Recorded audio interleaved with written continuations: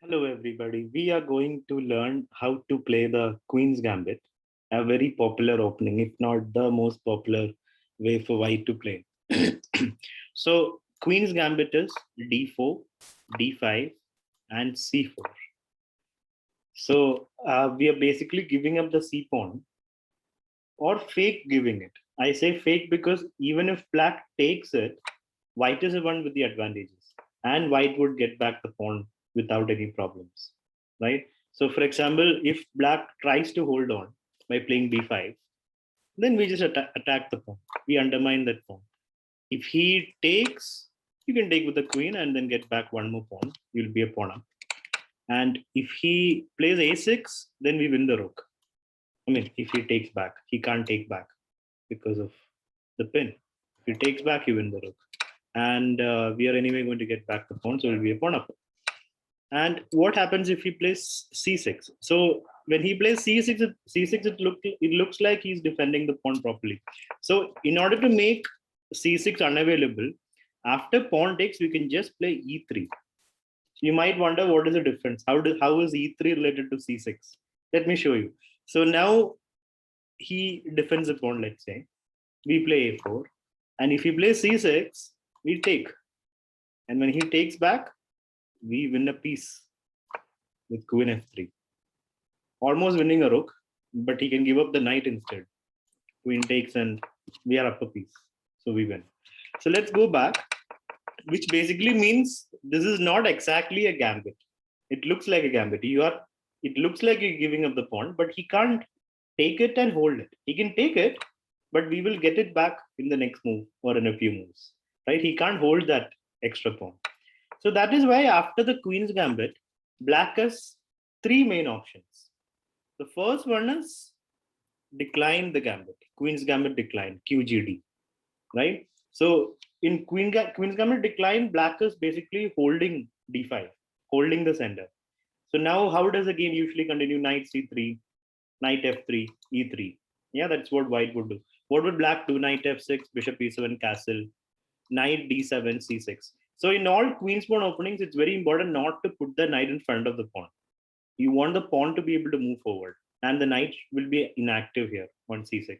So this is better for the knight than c6. Or if c5 is done, then knight c6 is possible, right? So that is a general plan in Queen's Gambit decline. The second option is the Slav. Basically similar to Queen's Gambit decline, but we are defending with the wing pawn, with the c pawn, right? So now the plans are pretty much the same. White would do knight f3, knight c3, e3, or bishop out and then e3, and then bishop d3 castles, right? What will black do? Black will play knight f6, e6, bishop out, castle, knight d7, and because c6 is already played, after that you have the option of b5 later. Let's say a6, b5, and then develop the bishop on b7. For example, from here, knight out, knight out, knight out, e6, e3, bishop e7, bishop d3, castles, and castles. And now black would probably want to develop the knight. Yeah, and white would want to get this e4 break in. For that, he would play rook e1 or queen c2. And now black has the option to just play b6 or play a6 and b5 in the near future. So let's say b6, queen c2, bishop b7, and then black can try for the c5 break or take at some point and then play c5.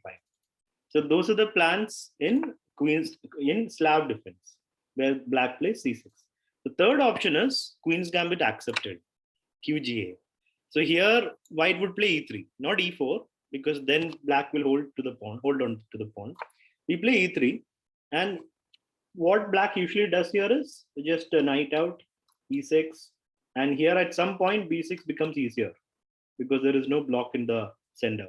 So white gets the sender, but black also gets more open space for his pieces. So this is another option. But what black absolutely should not do is this. This would be bad because of a4, and you can't play c6 or a6 because you'll anyway lose the pawn. We already saw that. Now let us see one of the games played in Queen's Gambit decline, and we see a game where white won. Okay, this was a game between Anand and Nakamura. played in 2015 in Zurich. So let's see. Anand was white. D4, D5, C4, E6, Queen's Gambit declined. Knight out, Bishop E7, Knight F3, Knight F6. So these moves are pretty much standard. And here Anand develops a bishop first. It's also possible to play E3 and then later play E4 and develop. He develops it first. Castles, E3, Knight D7. Remember, never put a knight on C6 in front of the pawn in Queen's Gambit. You want your pawn to be unblocked. You don't want a knight on C6 unless the pawn has already moved to C5. Yeah. So C5, Anand decides to close the sender. So the other option is just to take or leave it as it is and develop. But playing it forward is also possible. So we are gaining space on the queen side with that move. Knight H5. Black wants to exchange of this nice bishop. Bishop D3, takes. B6, challenging the pawn. B4, holding on to the pawn chain. A5. So you see, black is doing what white usually does. Here A3, there's no pin. So if pawn takes, we can just take back. C6, he wants to develop his bishop, either to A6 or B5, B7. Castles, Queen C7, G3, the pawn was attacked. So G3 defends it, Bishop A6, Rook E1, Bishop F6, King G2, getting out of the back rank and giving support to the knight, takes, Rook B8, H4, Queen A7, Knight E2, G6, Rook B1, takes, Queen A2. So the black queen has entered, but there isn't much to play for black here. White is the one holding more space. Rook C1.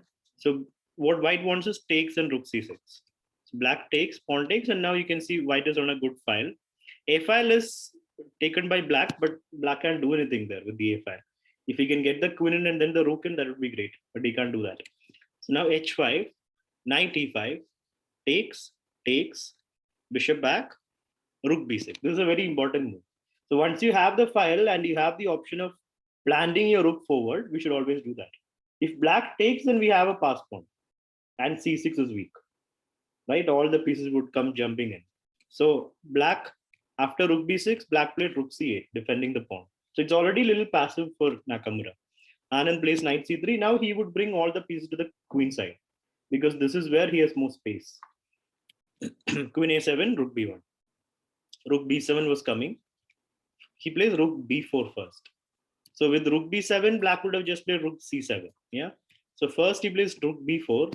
You might think why? He wants Knight A4. Bishop H6, Knight A4. Queen D8, Rook A6. So white is creeping into the black queen side. King G7, Rook B7. So white is already entered. Takes. Queen comes back, poking the H pawn, forcing G4. So this side is now closed, and then queen goes back because queen has a main job over there. Queen G8, Knight B6. The knight also jumps in. Rook F8, Knight D7. So now the position is becoming very critical because if the knight lands on F6, that's like a great square for the knight, and it's going to be bad. And moreover, the pawn is hanging on C6 as well, and there will be a C pass pawn. Black has nothing here. Black is reduced to just passivity. So he sacrifices a material just to activate his queen. Knight takes, queen check, king H2. The king hides, king takes back, rook check, king moves, queen moves in, going for the kill. Queen H8 is a big threat. Queen G8 is a main threat, right? It's a big threat. King G6, he tries to run. Queen H8, he wants the rook also to come in, so that if king moves, queen takes bishop. And here Nakamura resigned because now whatever black does, rook G8 is going to come. If you play bishop D7 as well, it's still rook G8. It's gone. And if you play, let's say queen F3, trying to attack here, then let's see what will happen. Let's play rook G8 and king F5. It's going to be mate soon, I believe. Queen moves. Oh, if you take the bishop, there'll be a draw here, right? There'll be a repetition. So we don't want that. So what is the best move here for white? Yeah, there is queen H7. Game over. Yeah, all the squares are covered. So that is why after